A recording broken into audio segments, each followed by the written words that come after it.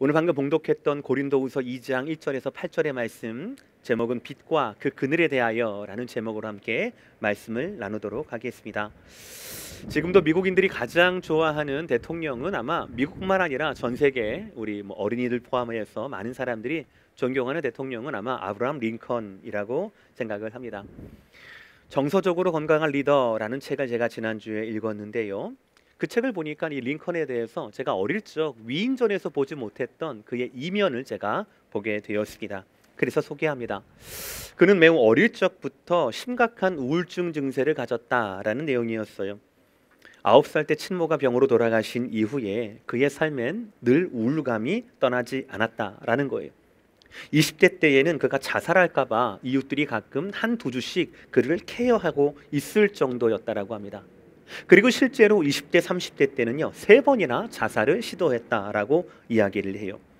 통틀어서 정규 교육을 1년밖에 받지 않았던 그는 공직에 출마했다가 수없이 떨어지게 됩니다. 가장 사랑했던 자녀가 11살 때에 자기를 떠나보내게 되는, 세상을 떠난 일은 그에게 깊은 슬픔의 자국으로 남았다라고 이야기합니다. 남북전쟁이 발발했습니다. 자신의 편에 섰던 그 장군들이 링컨에게 계속해서 번번이 패한다라고는 패전의 소식을 갖다 주었습니다. 어찌어찌해서 남북전쟁이 승리로 마치게 되었는데요.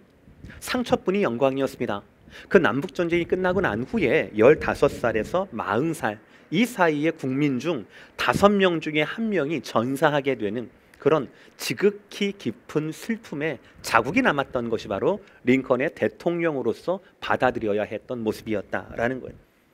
이처럼 링컨은 개인적으로 그의 유년의 시절에도, 나름 성공한 정치인 시절에도, 가정적으로, 더 나아가서는 국가적으로 그의 삶에는요 빛보다도 그늘이, 어둠이 더 많이 겪었던, 더 짙었던 사람이었습니다. 그러나 그는 그 짙은 어둠에도 불구하고, 그늘에도 불구하고 지금은 그의 이름이 지금도 빛나고 있다라는 것이 어떻게 그럴 수 있었을까요? 정서적으로 건강한 리더라는 그 책에 의하면 이렇게 정리합니다. 링컨의 삶에는 많은 장점과 재능이 있었고, 방금 말씀드렸처럼 실패와 약점, 우울증이 있었는데 그의 삶은 이 둘이 통합하는 긴 과정이었다라는 겁니다. 장점만 드러낸 것이 아니에요. 빛난 부분만 선전했던 것이 아니었습니다. 장점과 더불어서 약점이, 성공과 더불어서 실패가 같이 통합이 되었다라는 것이었어요. 가난했지만 높은 이상을 가졌던 링컨이 성공하게 된 가장 중요한 이유는 사람들에게 인정받고 싶어하는 그의 욕구 때문이었을 겁니다. 그러나 성공을 바란다고 해서 그 성공이 단번에 주어지는 것은 아닙니다. 당연히 수많은 실패의 과정이 있었을 겁니다. 그 과정에서 다른 사람들의 조롱과 비웃음이 들렸을 거예요. 그러나 링컨은 거기에서 멈추지 않았다라는 것이죠. 링컨은 자신의 약점과 단점, 그림자를 품고 인정했습니다. 그리고 그것을 자신의 장점들과 통합하기 시작했습니다. 그래서 그는 더욱더 빛날 수 있었다라는 거예요. 그는 지독한 아픔을 알았기 때문에 제대로 기뻐할 수 있었습니다. 사랑하는 사람을 잃어봤던 깊은 슬픔을 느꼈기 때문에, 경험했기 때문에 가족을 잃었던 국민들을 끝까지 품을 수 있었습니다. 그래서 그는 더 빛날 수 있었다라는 것이죠. 빛과 그림자, 빛과 그 그늘, 이 둘은 우리 모두가 가지는 동전의 양면과 같습니다. 누구에게나 그늘은 있습니다. 그리고 그늘은 다양한 모습으로, 다양한 명도로 나타날 것입니다. 그러나 여러분, 우리는 그때마다 그 그림자 가운데, 그늘에 갇힐 것이 아니라 빛을 향해 나아가야 한다라는 것입니다. 오늘 대지 첫 번째, 우리는 인정해야 합니다. 빛이 비추면 그늘도 생긴다라는 거예요. 고린도 교회는 바울이 2차 선교 여행 때 바울이 개척했던 교회였습니다. 지난번에 설명했던 대로 고린도라는 이 도시는요, 물질적으로 부유했고요, 문화적으로는 다양하고 개방적이었습니다. 종교적으로는 다원적이었고, 도덕적으로는 문란했습니다. 현대사회, 현대교회와 너무 똑 닮아 있다라고 말씀을 드렸었죠. 그래서 바울은 개척된 이 고린도 교회에 수시로 제자들을 보내어서 자신의 가르침과 복음을 가르치기를 원했습니다. 그 중에 한 분 디모데가 전해준 이야기에 의하면 고린도 교회에 여전히 여러 가지 문제가 상존한다라는 것이었어요. 성도 간에 불화가 있었고요. 부도덕, 뭐 성적 부도덕이건 영적 부도덕이건 거기에서 출발한, 그러나 결국 복음을 제대로 이해하지 못해서 생기는 그런 문제들이었습니다. 이런 여러 가지 문제들과 이슈들에 대해서 성경적인 해답을 전해줘야 할 필요가 있었고, 그래서 쓴 편지가 바로 고린도전서입니다. 고린도전서를 받아들었던 고린도 교회인들은 대부분 회개하고 돌아왔습니다. 그러나 그 중에는 아직까지 돌이키지 않고 사도 바울뿐만 아니라 복음에게도 적대적인 세력들이 있었어요. 그래서 사도 바울은 재차 눈물의 편지를 디도를 통하여 보냅니다. 이 눈물의 편지는 지금은 유실되었습니다. 발견되지 않아요. 그런데 이 편지를 통하여, 이 편지는요, 사도 바울의 개인적이고 그리고 사도 바울의 교인을 향한 진심을 담은 편지였습니다. 그리고 사도 바울은 그 편지를 전해갔던 디도를 기다리고 있었어요. 눈물의 편지를 받았던 고린도 교인들의 그 반응이 너무너무 궁금했거든요. 그런데 어쩐 일인지 디도가 점차 늦게 도착하는 겁니다. 그래서 핍박을 피해서 또 사역지를 옮겨야 되는 바울하고 일정이 맞지 않아서 결국 만나지 못하게 됩니다. 그것이 고린도후서 2장 13절에 나오는데요. 내가 내 형제 디도를 만나지 못함으로 내 심령이 편하지 못하여 그들을 작별하고 마게도냐로 갔노라 라고 말씀하고 있어요. 그런데 마게도냐에서 결국 디도를 만나게 됩니다. 디도가 전해준 소식은, 이 바울이 기다렸던 소식은 큰 위로와 기쁨을 전해줍니다. 대부분이 회복되었다라는 소식이었거든요. 고린도후서 7장 5, 6, 7절 제가 있습니다. 우리가 마게도냐에 이르렀을 때에도 우리 육체가 편하지 못하였고 사방으로 환난을 당하여 밖으로는 다툼이요 안으로는 두려움이었노라. 그러나 낙심한 자들을 위로하시는 하나님이 디도가 옴으로 우리를 위로하셨으니 그가 온 것뿐 아니요 오직 그가 너희에게서 받은 그 위로로 위로하고 너희의 사모함과 애통함과 나를 위하여 열심히 있는 것을 우리에게 보고함으로 나를 더욱 기쁘게 하였느니라. 아멘. 디도에게 들었던 고린도 교인들의 회복에 대해서 너무너무 감사했어요. 그리고 그 나뉘어진 마음들, 이제 막 상처에서 치료된 그들 가운데 뭔가 위로의 메시지, 용서의 메시지를 정리해서 보내야 할 필요가 있었습니다. 바로 그 목적으로 쓰여진 두 번째 편지가 바로 고린도 후서입니다. 그래서 고린도 후서 1장에는 위로의 메시지가, 2장에는 용서의 메시지가 그 주된 내용이에요. 오늘 본문입니다. 고린도 후서 2장 1, 2절 말씀. 내가 다시는 너희에게 근심 중에 나아가지 아니하기로 스스로 결심하였노니 내가 너희를 근심하게 한다면 내가 근심하게 한 자밖에 나를 기쁘게 할 자가 누구냐. 쉽게 아멘이 안 나오시죠? 잘 이해가 안 되실 거예요. 고린도 후서 말씀이 조금 어렵긴 해요. 그래서 아마 여러분들 지난주에 나왔던 다음 주 설교 본문이 있던 아마 고린도 후서 2장 1절부터 6절이라고 제가 맨 처음에 설명해 드렸었는데 그걸 보면서 많이 읽으셨을 겁니다. 제대로 잘 이해가 안 가거든요. 저 또한 마찬가지입니다. 그래서 공동번역 성경의 도움을 좀 약간 빌릴 필요가 있어요. 오늘 본문에서 2절이 바로 1절의 이유입니다. 이렇게 얘기합니다. 여러분들이 바로 내 기쁨의 대상인데, 여기서 여러분들은 고린도 교인들이죠. 여러분들이 바로 내 기쁨의 대상인데 내가 여러분의 마음을 아프게 한다라면 나를 기쁘게 해줄 사람에게 슬픔을 안겨주는 셈이 되지 않겠습니까? 이것이 2절이에요. 그래서 1절입니다. 다시는 여러분들의 마음을 아프게 하고 싶지 않아서 여러분을 방문하지 않기로 한 것입니다 라는 해명이었어요. 고린도 교인들은 아니 이렇게 문제가 많고 아니 이렇게 지금 교회가 막 너무너무 힘든데 왜 사도는 안 오는 겁니까? 온다고 했잖아요 라고 하면서 사도 바울의 고린도 교회 방문이 왜 연기됐느냐에 대해서 궁금증을 가지고 있었거든요. 그 궁금증에 대해서 사도 바울이 나름 해명을 하게 된 거예요. 과거에는요, 이 고린도 교회 교인들과 사도 바울 사이에 굉장히 큰 긴장이 있었어요. 근데 한편 생각하면 어쩌면 당연한 긴장이었습니다. 왜입니까? 고린도 교인들에게는요 여전히 변화받아야 할, 복음의 빛이 비춰졌지만 성도가 되었지만 여전히 변화받아야 할 성화의 몫이 있었습니다. 그리고 사도 바울은 사도였어요. 그들을 복음을 변화시키고 훈련시켜야 하는 책임이 있었어요. 그러니까 이 둘 사이에 현실교회 교인들과 현실교회 사도 가운데, 지도자 가운데는 갈등과 긴장이 내재되어 있던 겁니다. 물론 지금처럼 우리 팬데믹 상황처럼 온라인으로 여러분과 제가 이렇게 2월 21일 2부 예배로 같이 실시간으로 소통할 수 있는 툴이 있다면 너무나 좋겠죠. 오해가 쌓이지 않을 겁니다. 금방금방 해명할 수 있었으니까요. 근데 이런 툴도 없었잖아요. 게다가 사도 바울은 고린도 교회에만 목회자가 아니었어요. 순회 전도자였습니다. 자기가 원하는 대로가 아니라 핍박이 있으면 핍박을 피해야 됐고, 자기가 원하더라도 성령 하나님께서 인도하시면 하루아침에 사역지가 달라지는 것이 사도 바울의 현실이었어요. 그러니까 고린도 교인들이 원한다고 해서 언제나 고린도 교회를 향할 수가 없었던 현실입니다.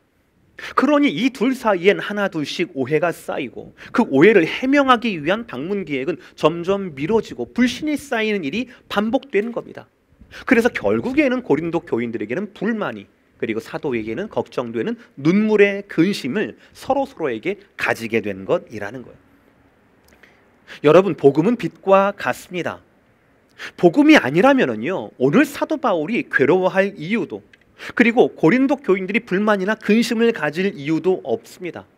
복음의 빛 때문에, 사도이기 때문에, 성도이기 때문에 갖는 그림자, 그늘이라는 거예요. 그리고 이 그늘은 100% 우리 죄성의 흔적입니다. 우리는 이것을 먼저 인정해야 합니다. 그래서 우리에게 복음의 빛을 비추셨던 그 하나님께서 우리의 그늘에도 케어하시고, 우리의 그늘에도 주님의 그 복음의 빛을 비추실 것을 기대하면서 우리의 근심을 내가 맡을 게 아니라 하나님께 맡길 줄 알아야 한다라는 거예요. 이것이 원리입니다. 저도 약점이 있을 수 있어요. 우리 교회도 약점이 내재될 수 있다라는 거예요. 그거를 먼저 인정해야 합니다. 목사가 아니라면 그런 약점이 제 뒷덜미를 붙잡을 일이 있겠습니까? 성도가 아니라면 그런 약점 때문에 여러분들 회개할 일이 있겠습니까? 아니라는 거예요. 복음의 빛 때문에 생기는 우리 자신의 죄성의 흔적이 우리의 그림자, 그늘이라는 거예요. 요즘 우리는 금요일마다 308 철치 멤버십 클래스를 하고 있습니다. 그때 제가 시간마다 강조를 드려요. 출구가 없는 것 같은 갈등을 부닥칠 때가 있지 않습니까? 오늘 사도 바울과 고린도 교인들처럼 어쩔 수 없는 그 위치 때문에, 사도라는, 성도라는 이것 때문에 멀리 떨어져서 서로를 위해서 기도는 하지만 만날 수 없고 해명할 수 없는 그들의 이 어쩔 수 없는 구조적인 구조 때문에 생기는 갈등이 있잖아요. 그런 갈등이 있을 때마다 우리는 상대방에게 뭐라고 말해야 된다고 말씀드렸습니까? 그냥 나 승질 들어온 거 아니까 알면 피하쇼, 이게 아니잖아요. 그때 뭐라고 말해야 된다고요? 우리는 결국 같은 결과를 바라고 있잖아요. 우리는 결국 같은 결과를 바라고 있지 않습니까?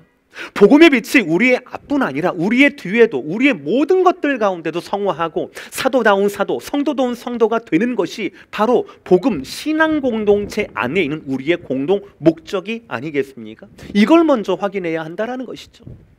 여러분, 그렇습니다. 갈등과 근심 자체가 중요한 것은 아닙니다.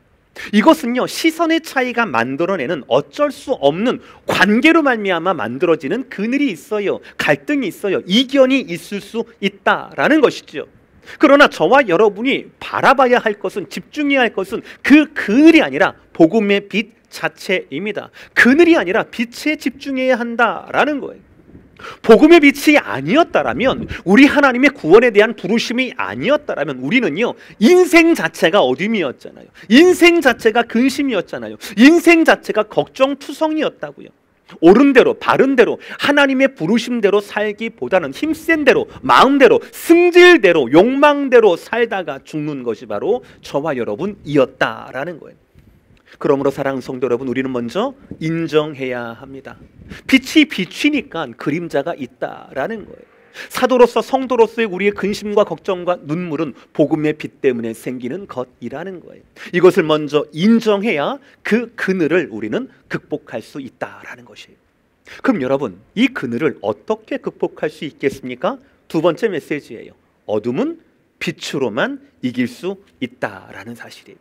따라합시다. 어둠은 빛으로만 이길 수 있습니다. 시작. 어둠은 빛으로만 이길 수 있습니다. 여기서 우리가 간과하지 말아야 할 사실이 있습니다. 복음의 빛 때문에 생긴 필연적인 그림자, 그늘이라고 해도 그것의 본질은 어둠이라는 거예요. 그리고 어둠은 빛으로만 이길 수 있다라는 진리입니다.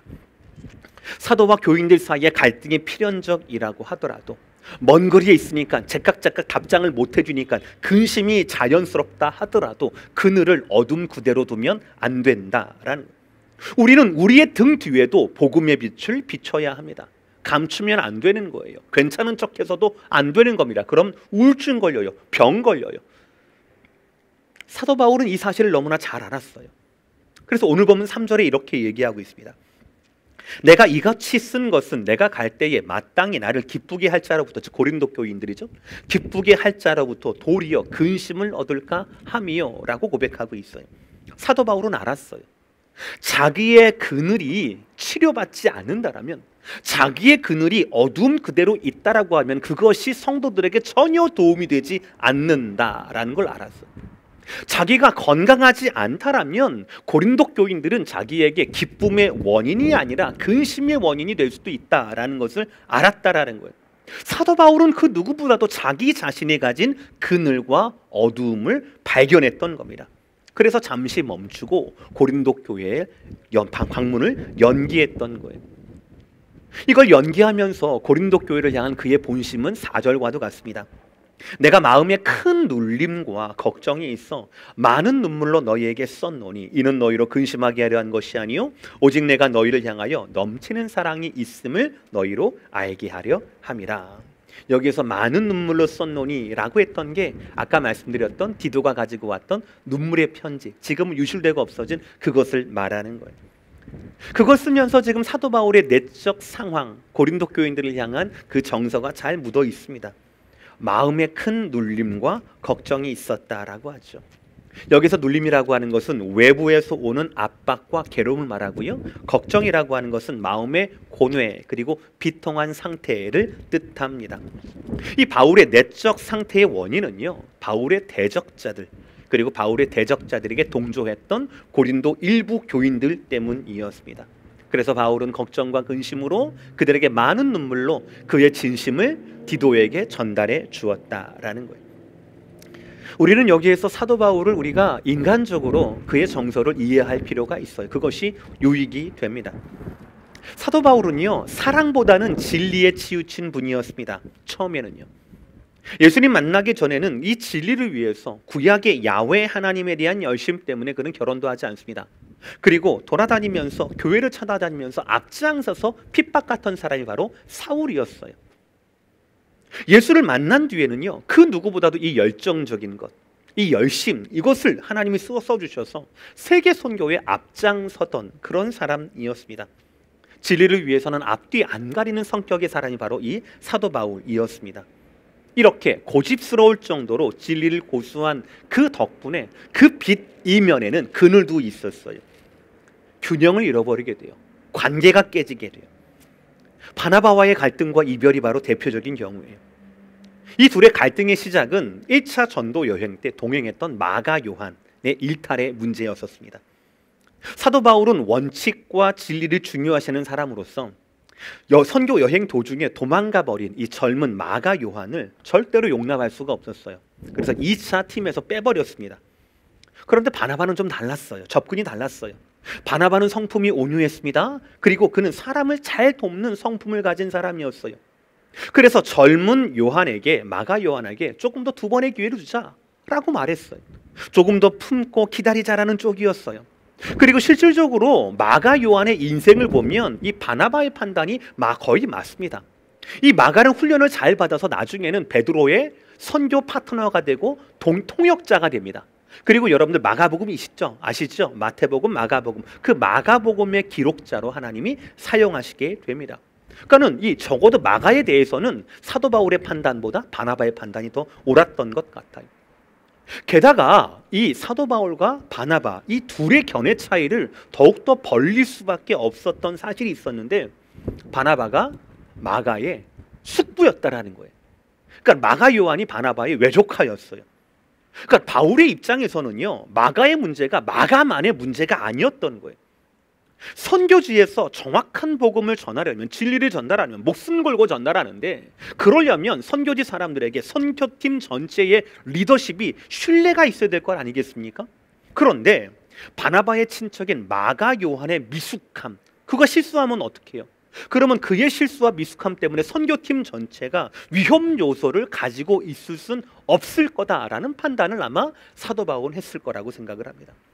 이해가 되시지 않습니까, 여러분들?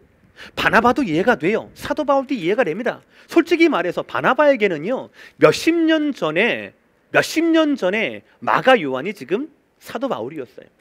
그러니까 바나바가 사도 바울에게 예루살렘 그 사도들을 연결시켜주고 사역으로 연결시켜주고 안디옥 교회를 연결시켜준 게 누구였습니까? 바로 바나바였어요. 그럼 바나바 입장에서는요, 사도 바울이나 마가 요한이나 거기였던 거예요. 그런데 정작 사도 바울은 마가 요한은 안 돼 라고 얘기하니까 이 바나바 마음이 얼마나 좀 복잡했겠습니까? 여기까지는 이해가 되실 거예요.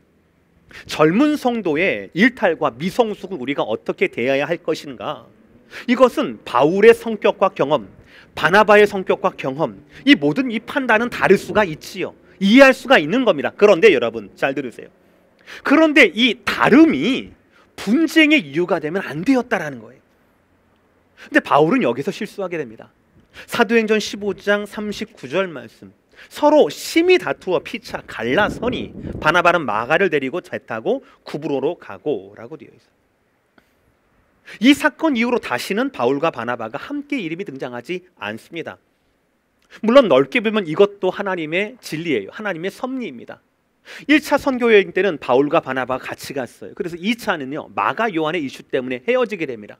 그런데 헤어지게 되면서 결과적으로는 반이 된 게 아니에요. 배가 된 겁니다.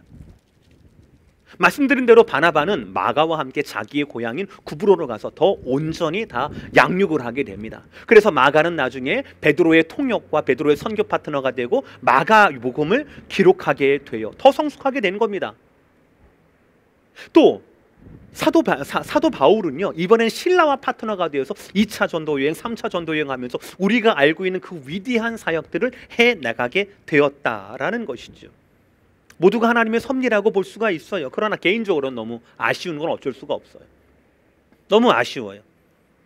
물론 노년의 바울이 마가 요한을 용서할 뿐 아니라 그를 보고 싶다 하는 그런 내용의 글도 썼지만, 그러나 결국 이 부분에서 갈등을 극복하지 못했던 사도 바울의 리더십이 저는 너무 개인적으로 너무너무 아쉽다라는 거예요. 지미 도드라는 분의 책, 목사도 사람이다라는 책이 있어요. 그 책에 어떤 연구를 봤는데요, 보니까 사도 바울의 갈등에 적용할 만한 연구가 나와서 소개를 합니다. 그분의 연구는 이거예요. 부정적 성격 이면에는 긍정적 성격도 같이 있다라는 거예요. 그러니까 부정적, 긍정적 두 개 따로 있는 게 아니라 하나가 제대로 보면은 긍정적 성격이고 잘못 사용되면 부정적 성격이라는 거죠. 예를 들어서 타고난 관대함과 아량의 정신이 있는 사람이 있다고 쳐요.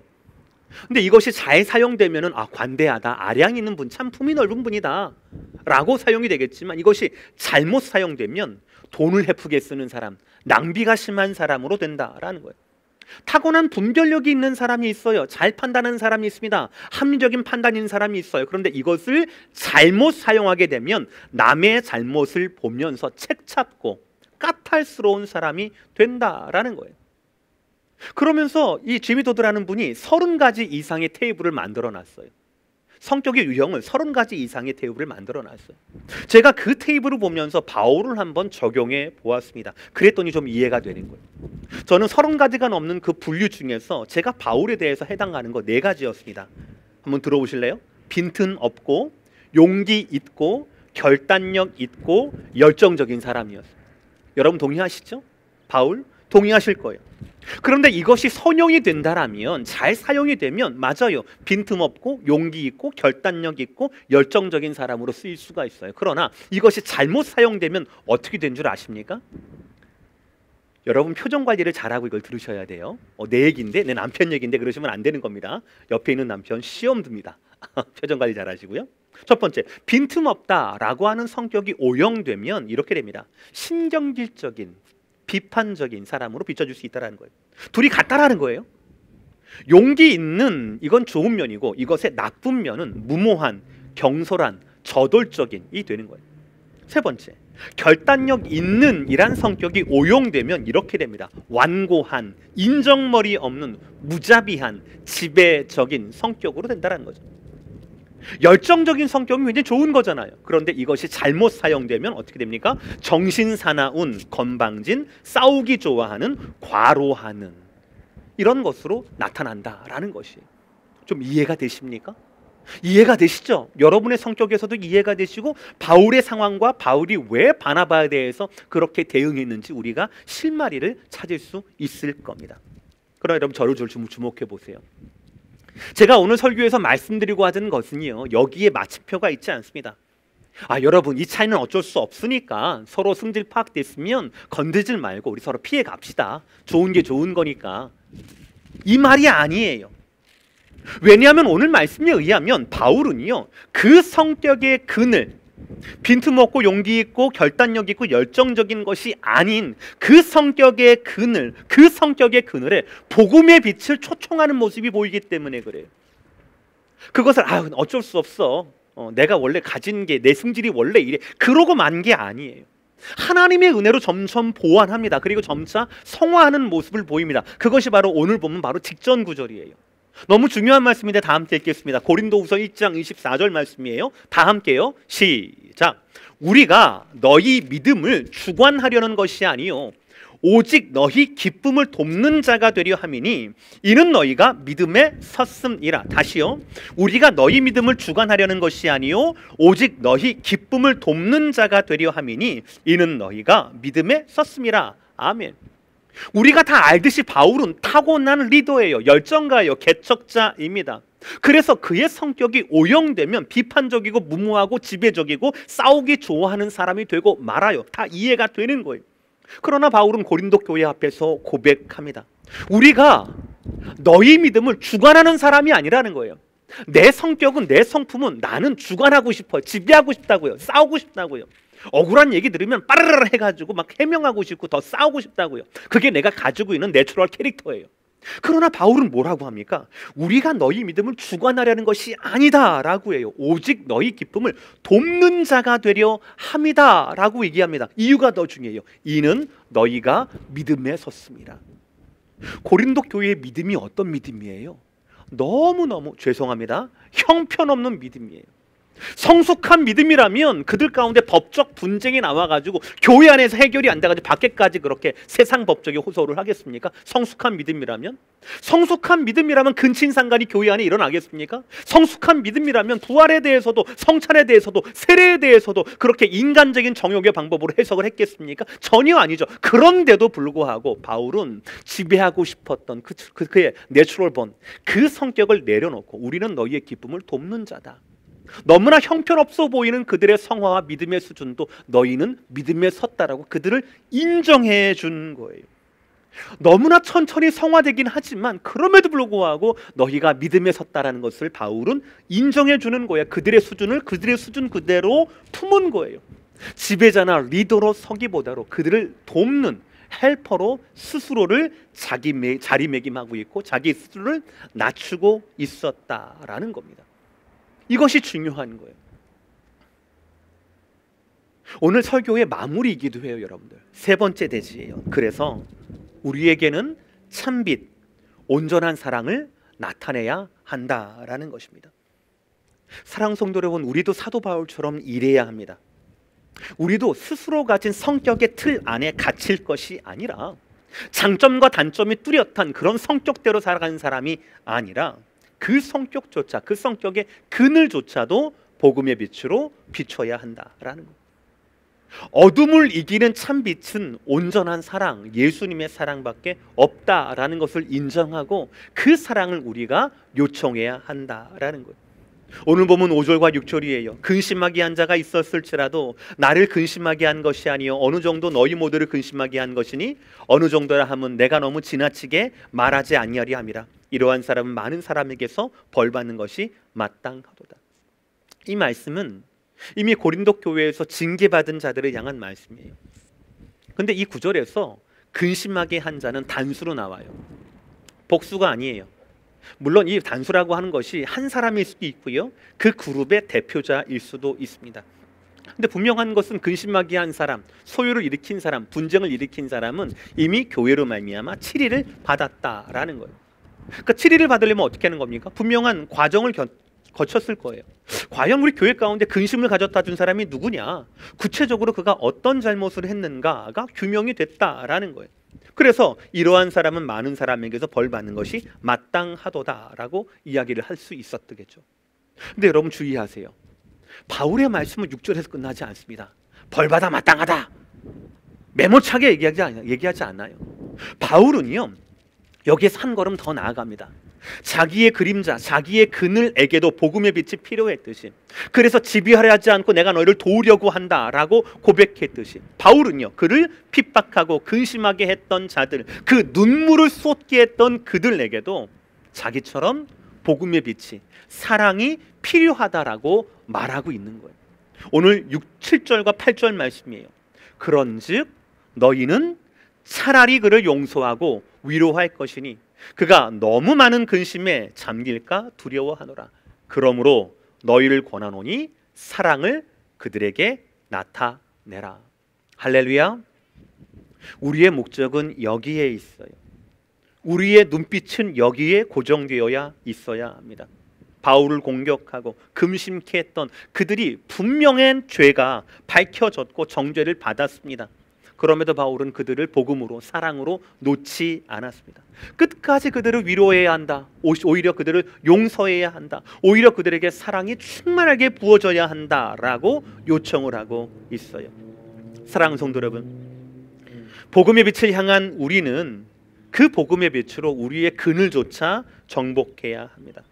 근심의 공동체에서 사랑의 공동체로 우리 가족 공동체를, 우리의 신앙 공동체를, 우리 교구를, 우리 교회를 돌려놔야 합니다. 이것이 중요해요. 여러분 가족과 여러분 주위에 신앙과 인격이 덜 성숙한 그런 성도나 가족이 계십니까? 그럼에도 불구하고 계속해서 그분들에게 영향을 끼치고 그분들을 섬기고 인도해야 합니까? 그렇다면 오늘 말씀을 가슴속에 새기시기를 바랍니다. 용서와 위로를 준비하시기를 바랍니다. 복음으로 온전한 사랑의 빛으로 하나님의 섭리가 있을 때, 하나님의 때가 있을 때 그들의 그늘을 이해하시면서도 그 그늘도 예수님의 사랑의 빛으로 감싸주시기를 주의 이름으로 축복합니다. 데살로니가후서 3장 15절 말씀이에요. 그러나 원수와 같이 생각하지 말고 형제같이 권면해라. 이건 누구냐면 대적자들을 향한 바울의 메시지예요. 무슨 말이에요?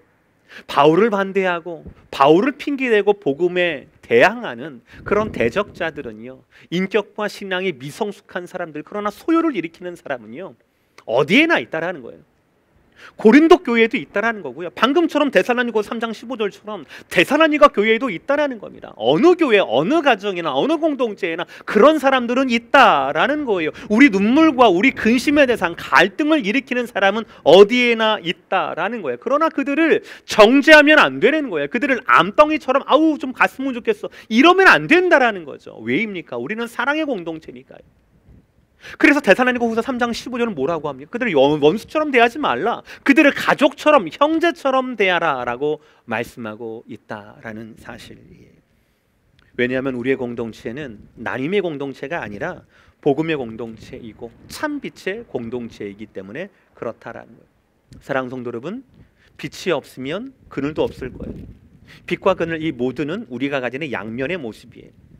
바울에게 복음의 빛이 비추지 않았다라면, 또 고린도 교인들에게 성화의 비전이 없었더라면 그들이 교인을 향하여 눈물 흘릴 일도 없을 거고요, 근심으로 기대하며 인내할 일도 없었을 겁니다. 우리 모두가 복음의 빛 때문에 생긴, 이 모두가 복음의 빛 때문에 생긴 인내였고 과정이었다라는 것, 이걸 먼저 우리는 인정해야 합니다.